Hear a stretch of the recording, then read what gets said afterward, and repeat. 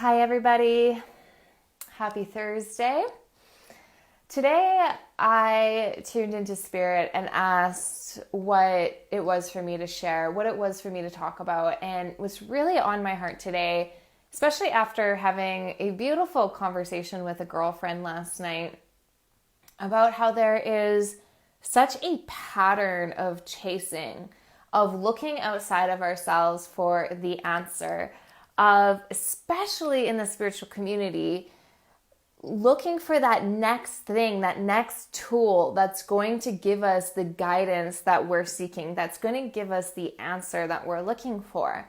And so it could be tarot, it could be a healer, it could be your oracle deck, it could be that next course that you buy, and it's like we're seeking to fill something within us that is a void, that is not fully integrated yet. And this is just like coming from the society that we're born in, that from a very young age, it's programmed into us to look outside of ourselves, that to continue to buy into like the materialistic narrative that, well, as long as we continue to buy this and buy this, then it's going to give us that instant gratification and that sense of happiness that we're seeking.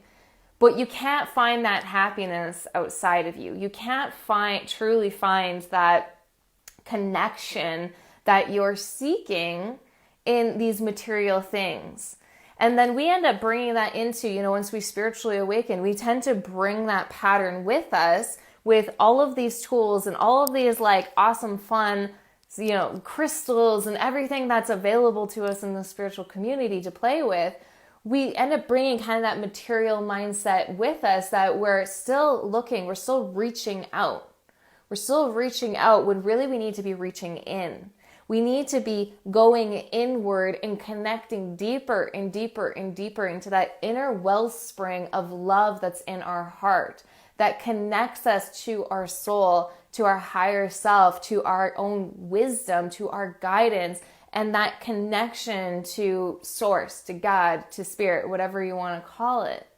And so as long as we continue to look outside of ourselves, reach out, we're telling ourselves that we don't trust what's in here, that what's here is not worthy of our attention, that it's not good enough.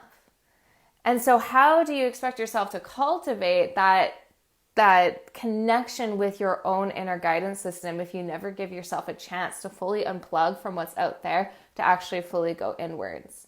There's such a disconnect from our hearts in the spiritual community because we're like walking into the spiritual community as people that are quite wounded, that have gone through a lot of trauma, that are seeking for the answer, that are seeking for the truth, that are seeking for healing. And it just continues on that pattern, this never-ending cycle of reaching outwards, of extending outwards, of looking outwards, seeking, when really it's all within here.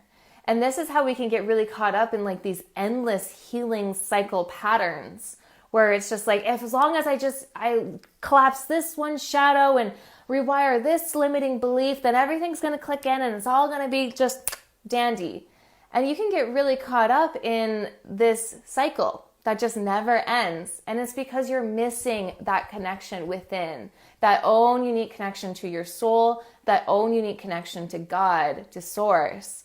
And so the next shift in the spiritual community is a coming back home to self, coming back and simplifying it, no longer giving your, I want to say authority, but I don't think that's the right word, to no longer giving your agency to all of these different tools outside of yourself, but rather just go in, get quiet, and listen.